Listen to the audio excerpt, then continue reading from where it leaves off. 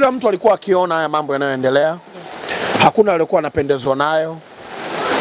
Mimi sijawahi kuona kwamba kuna mtu anapendelewa mwingine apendelewi, ila nimewahi kuona kwamba yanayofanyika sio sahihi. Na mbaya zaidi, kilichokuja kuchochea mtu ambaye ni wa mwisho kuja kututhibitishia kwamba haya ni ya kweli au si ya kweli ni rais mwenye dhamana ya shirikisho la mpira wa miguu nchini, kwa maana ya Wallace Karia. Yeye mwenyewe amekiri kwamba nawasaidia sana, hata hayo mnayofanikiwa mimi ndo nayawezesha. Kwa hiyo wazi umethibitisha kwa umma, wadau wa soka na Watanzania ambao wanapenda mpira wa miguu kwamba okay, kumbe vitu vingi vinavyofanyika kwenye mpira wa miguu na mafanikio ambayo yaliopo kwa kati ya Simba na Yanga ni uwezekano wa shirikisho kuamua na utashi wao. Wanasaidiwa. Umeelewa? Sio kanuni wala utaratibu wala sio haki yao. Kwa sasa si tunaamini timu za mpira wa miguu ambazo ni mfano nchini ambazo zimekwishapata mafanikio ni Yanga na Simba. Yanga bingwa mara nyingi ndani, lakini saa hii yupo anajipambanua kutaka kujiweka katika hali nzuri kwenye michuano ya kimataifa ambayo mara ya mwisho hapa ametoka kwenye hatua ya nini? Ya makundi, si ndivyo? Yes.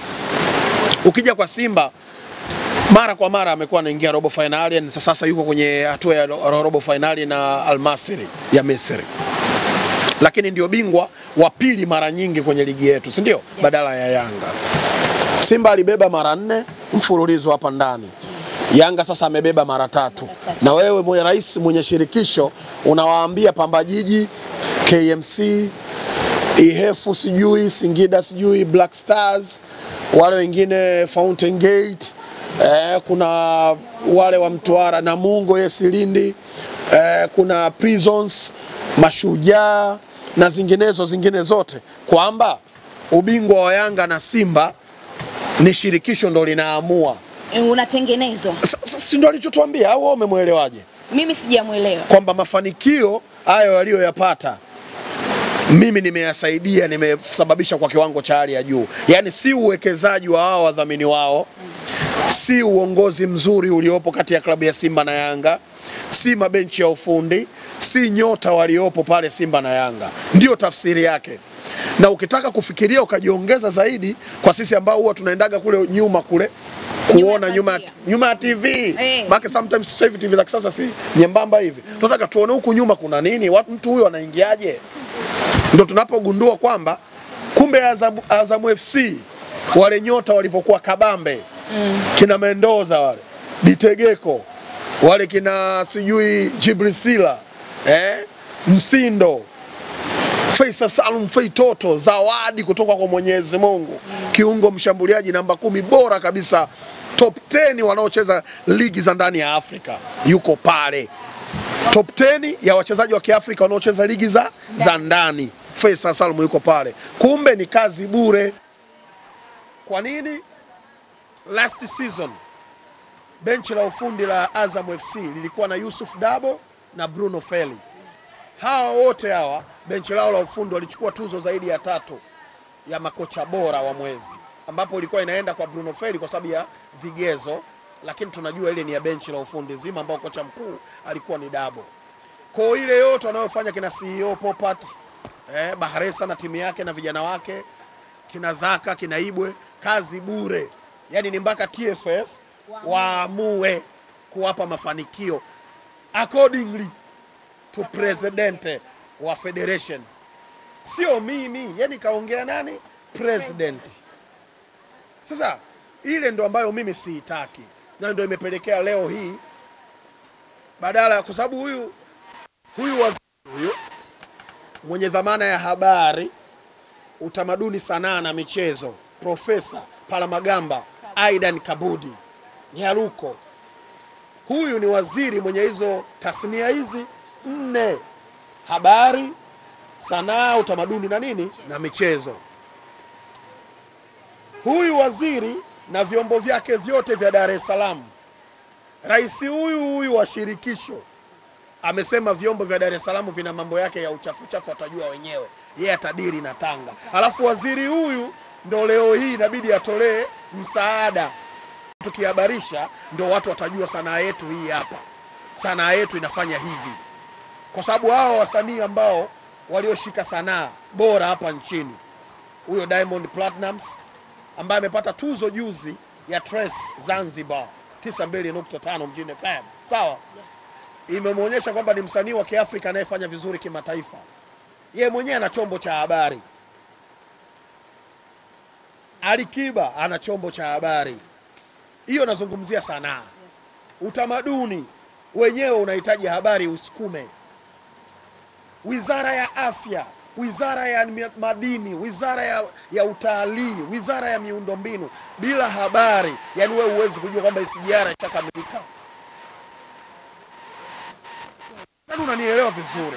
Kwa kuna shida pahala ambao linakosesha kutengeneza imani. Kutengeneza imani. Hakuna mtu ulimwenguni tangu dunia kuumbwa ambaye hawezi kufuata utaratibu wala sheria. Ukiwepo, hakuna mtu duniani ambaye hasiyeweza kufuata utaratibu utakaokuwa umewekwa, lakini ukiwa unafuatiliwa, yani utaratibu umewekwa alafu umewekewa na misingi kwamba lazima ufuatwe. Sasa wewe katika sisi kutuaminisha kwamba kuna kanuni ambazo lazima zifuatwe za uendeshwaji wa mpira wetu, wewe unasema wewe unazitengua. Hii nchi ni ya utawala wa kisheria. Lakini wewe unatuambia kwamba unautenguaga, unatumiaga busara zako. Yes, kwenye vifungu vya sheria hata polisi akikukamata ana mamlaka ya kutumia busara, hekima na utashi. Yes, lakini sio kumpa mtu ubingwa. Yaani fanya kutumia busara kwa mtu ubingwa. Haitokea ulimwenguni. Naomba FIFA tafute mtafsiri akawatafsiria hiyo kauli kwa sisi tulioelewa. Kwa nini tija ya au hoja yako direct? Sasa niende,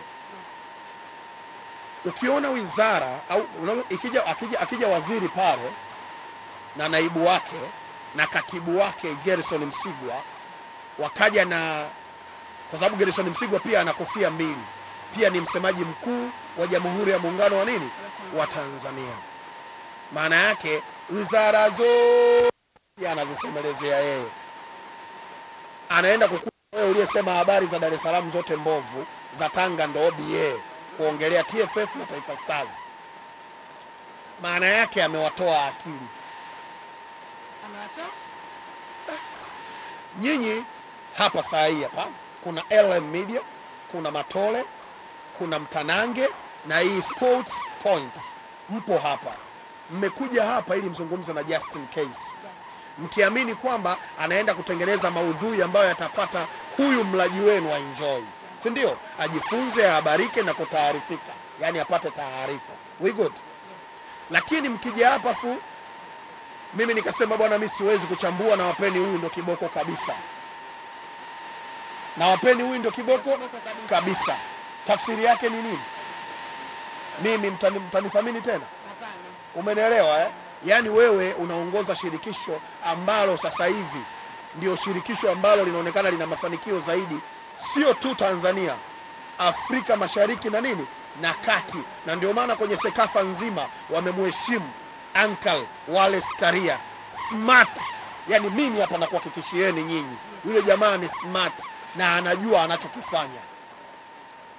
Sasa anapoamua kuacha kujua anachokifanya, akafanya vitu ambavyo havina maana, kiukweli mtu yoyote ambaye ulimwenguni amekuwa disappointed lazima atakengeuka huku juu. Ndio maana wanasemaga wazungu kwamba there is a thin line between love and hate. Yaani kuna mstari mwembamba sana kati ya chuki na upendo. Haya maneno yote nayazungumza hivi ni kwa sababu mimi ni mmoja kati ya watu ambao huwa namuongelea positive vibaya mno. Tena huwa mpaka nagombanaga na watu kwa ajili ya Karia. Mimi naamini kwenye good governance, sio kwenye mtu kupendwa. Kuna mvuto wa kiuongozi na mtu ana utekelezwaji na utawala bora.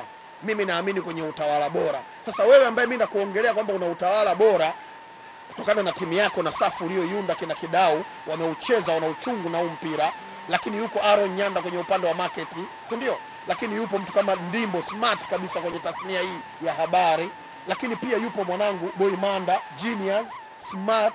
Hawa watu hao wanaoongoza kina Almas Kasongo wale kina Mzee Mbuto, wale ni watu ambao ni vichwa. Ndio maana mimi huwa nashikaga hivi watu nawaambia jamani, huyu mtu balaa kaweka watu wa maana, alafu wewe unatoka unahalalisha good governance wako kwamba sio sahihi, unawabebaga watu kufanikiwa. No. Kwa nini usimbebe Namungo? Yaani sikatai Yanga kufanywa busara, sikatai Simba kufanywa utashi au hekima. Kwa nini afanyiwe Majimaji TP Linda ambayo historia yake miaka ya 80 nyuma kwenda 90 Simba alikuwa ananufaika na Yanga kwa nyota kina George Magere Masatu, kina Hussein Masha, hawa Fumbo Felician, Mteze John Rungu, umeelewa? Hao wote walitoka TP Linda ya Mwanza. Kwa kama tunataka tuendelee kuboresha, hawa kina Juma Mgunda hawa mastreka bora kabisa kwa kutokea Tanzania, Tanga, tena kwake huko kwa balance. Unanielewa vizuri? Anatakiwa kubalance ili hizi talents hizi tunufaike nazo zote, ile krimu ile keki ya taifa tuile wote. Ukiniambia busara inatumika kwenye Yanga na Simba pekee, hiyo sio good governance. That's why naongea hapa. Kwa hiyo mimi naona serikali imeingilia kati, lakini serikali naiomba kwa heshima na taadhima, Ankari Kabudi, ndugu yangu mwana FA, bro Msigwa na BMT nzima kina Mayai, naomba baada ya maamuzi haya iundwe kamati maalum kumaliza matumizi makubwa sana ya busara na hekima kuliko utaratibu na kanuni zetu za kuendesha mpira. Naogopa ukishaona serikali ndio inaingilia mambo kuyaamua, maana yake itafika kipindi kafu itajua, itapata taarifa. Kafu ikipata taarifa kupitia Sekafa, ambaye Sekafa ni huo umoja sasa wa Afrika Mashariki na Kati, baadaye itaenda FIFA, kwamba hawa mambo yao mengi mpaka yaende juu. Tumeona sakata la Faisal Salum Feitoto hapa, mpaka mama alisema itumike tu busara, kijana aendelee kucheza. Of course ni lulu ya taifa, sio wenyewe tulikuwa tuna miss ile miguu yake, sanaa yake uwanjani. Ni zawadi kwa Mwenyezi Mungu tumepewa wote, sio watu wachache waitumie au wanufaike nayo huko viwanjani vya mazoezi. Tunataka tuione wa Tanzania wote. Hapa naeleweka vizuri? So mimi binafsi nachoomba serikali iangalie, tutumie zaidi kanuni ya 90%, 10 walau ndio itumike busara na hekima, zipungue hizi mambo. That's it. Ndio maoni yangu kwenye hii kilichotokea jana. Nani kashinda, nani hajashinda, tusubiri nini kitakuwa, mechi itakuwepo. Mimi ni mpenzi wa mpira wa miguu kwanza. Kwa ninachotaka mechi ichezwe, lakini inachezwa kwenye utaratibu upi? Mechi sio issue, sio kucheza mechi. Mechi ichezwe na itachezwa, haijachezwa, ilitakiwa ichezwe, nani kakosea. Yaani tuangalie zaidi kwanza utaratibu ukoje, alafu ndio busara wanasema urembe huo hiyo utaratibu. Busara ni kitu cha ziada. Afu tukubaliane, hekima, utashi, busara, sijui nidhamu na vitu vingine vyote, hakuna sheria imeandikwa kwamba lazima uwe na busara, ni hiari. Yaani mimi wewe sasa hivi ukiniambia brother basi kuwa na utashi, yaani utashi, hakuna sheria utanipeleka kunishtaki mimi sina utashi, no way, ni hiari. Sasa tusihalalishe hiari kwenye kanuni ambazo zipo na utaratibu fuatwe, wayaweke ya mambo sawa, mechi ichezwe. Mimi nawashauri Yanga waangalie wanaimalizaje hii, sio tutaka burudani, lakini itachezwa utaratibu upi. Mbaye amehusika moja kwa moja kwa dhamira mbaya kwenye hili, akitumia kigezo cha busara kama upenyo, aadabishwe. Aadabishwe. Anahusika kwenye hili. Me I don't care. Itokee bodi, itokee TFF, itokee Simba, Yanga, mimi sijui. Lakini atakaye kutia kwanza huyu hawe mfano, alafu ndio busara itumike. Yaani mtu aadabishwe, alafu ndio busara ije. Yeyote hicho. Moja ya kitu ambacho umezungumza nimekusikia ni kuhusiana na wewe kuwashauri wenyewe usimechi ichezwe, lakini kwa taratibu ambazo zitakuwa nzuri kuepuka tena kutokea mambo kama haya. Lakini jana tumezungumza na Rais Dunia Health Said na wazi kama Young Africans bado watasimamia zile taratibu ambazo watakuwa nazo, lakini aliweza kupata nafasi ya kuzungumza na mashabiki, akawaambia ni kweli mashabiki wanaenda kwamba hatacheza mechi, akawaambia kama nyie mmetoa jambo sisi swali. Umeona Hersi pale Hersi katumia busara kuwajibu mashabiki wake, yani wanachama wake, lakini at the same time katumia hekima alizonazo, kwa wakati mwingine katumia knowledge alionayo. Ni msomi, ndio maana muhandisi, na watu wengi wamesoma kwenye nchi hii sahihi, yani sio mmoja tu, ila yeye makini sana kwenye matamshi yake. Angesema kwamba tunaenda kutumia busara, ni jambo la heri, jambo la heri, lakini anataka kanuni ifuatwe. Akitengua tu njui na yeye watu wanakuja kumshika, kumbe wale aliyozungumza Karia, kwa sababu mimi ningekuwa ndo leo mshauri wa Karia. Simple, nimerudi zangu huko nilipotoka. Bana hii bodi ya ligi iko chini yangu. Hizi klabu ziko chini ya bodi ya ligi. Kwa hao wote ni wanangu. Kwa sababu ya faida ya afya ya mpira wetu na level tunayofika, yani ngazi ambayo saa hii Tanzania kisoka dunia inavyotutazama. Ndio maana uliona Infantino alikuwepo hapa nchini, Arsene Wenger alikuwepo hapa nchini Desemba 2023. We got. Sasa katika yale yote lazima tuyasement katika mlengo wa kuipeleka vizuri soka yetu. Mimi nitakaa nao. Nani anatakiwa tamke hivyo sasa? Rais mwenye dhamana ya shirikisho. Sawa? TFF. Nitakaa nao, tutayajenga ndani, kwa sababu akikosea mtoto mmoja na mwingine unatakiwa angeishia hapo, kwamba huyu mtoto wenyewe huyu sana huyu, kwa acha na huyu yeye akosea, hao wanakosea fresh, anaenda nao hawa. Ndicho alichotuambia sisi mashabiki wa ushirika ya Moshi. Tunataka timu yetu ipande daraja. Kwa timu yetu kumbe haipandi daraja kwa sababu ya mambo haya yanayoendelea, yeye kutumia busara. Sisi ushirika ya Moshi tunapanda lini? Kwa sababu kumbe kuna timu zimechorwa kabisa. Yes, mfano Kusini tunajua, na uwanja una jina kabisa la kiongozi mkubwa kabisa wa nchi. Ukienda Dodoma tunaambiwa pale kuna waziri mwenye dhamana ya madini, kaka yangu Mavunde mwanangu. Ukienda Tanga unaambiwa ya TFF Karia mwenyewe. Mpaka siku hizi vikao vyote vinafanyika huko, mpaka uzinduzi wa ngao ya jamii siku hizi unafanyika, kila kitu huko tunajua. Ni jambo la heri, tunapush. Ukienda Mwanza unamkuta kwa mkoa pale mtani. Kwa ukienda huko taiki huko taisi, kwa mambo kama haya yote haya sisi ushirika ya Moshi mtapotea. Sisi ushirika wa Moshi maji Songea tutarudi lini? Heri ya Morogoro tutarudi lini kwenye ligi kuu? Vyuma hivyo ninavyokutajia, CDA Dodoma, hivyo ni vyuma kwenye mpira wa nchi hii. Tuendelee na swali lako. Swali langu ni kwamba mashabiki wa Young Africans wanaonekana kusimamia msimamo wao ule kama hapo wamezungumza, huenda viongozi wakaamua kufanya na mashabiki wao ambao wameweka wazi kama viongozi wataenda against kile kitu ambacho waliamua mwanzo, itaonekana kama hawawafai tena kuendelea kuongoza pale. Ili uwe kiongozi bora lazima ujue kuishi na watu ambao unawaongoza. Hilo sasa la kwake Harris. And this time around tunataka tujue sasa Karia kakengeuka jinsi ya kucontrol body na klabu zake, kakaropoka, katoa siri za ndani. Na yeye sasa tuone hapa atawezaje Harris kutumia akili yake alionayo, busara na utashi aliopewa na Mwenyezi Mungu kuiongoza Dar es Salaam Young Africa, akae vizuri na wanachama wake. Atawashawishi vipi kuanzia kwenye bodi kwanza ya viongozi wenzie na mpaka huku chini. Akishamaliza hilo akaliwini, basi jamaa ana bahati sana na watu wa Yanga. Maana Yanga tunawajua kuchukua mikwaju na kwenda pale klabuni kucharazana kwao ni kitu cha kawaida. Historically Yanga ndo timu ambayo haina baadaye, sio wavumilivu hata tone.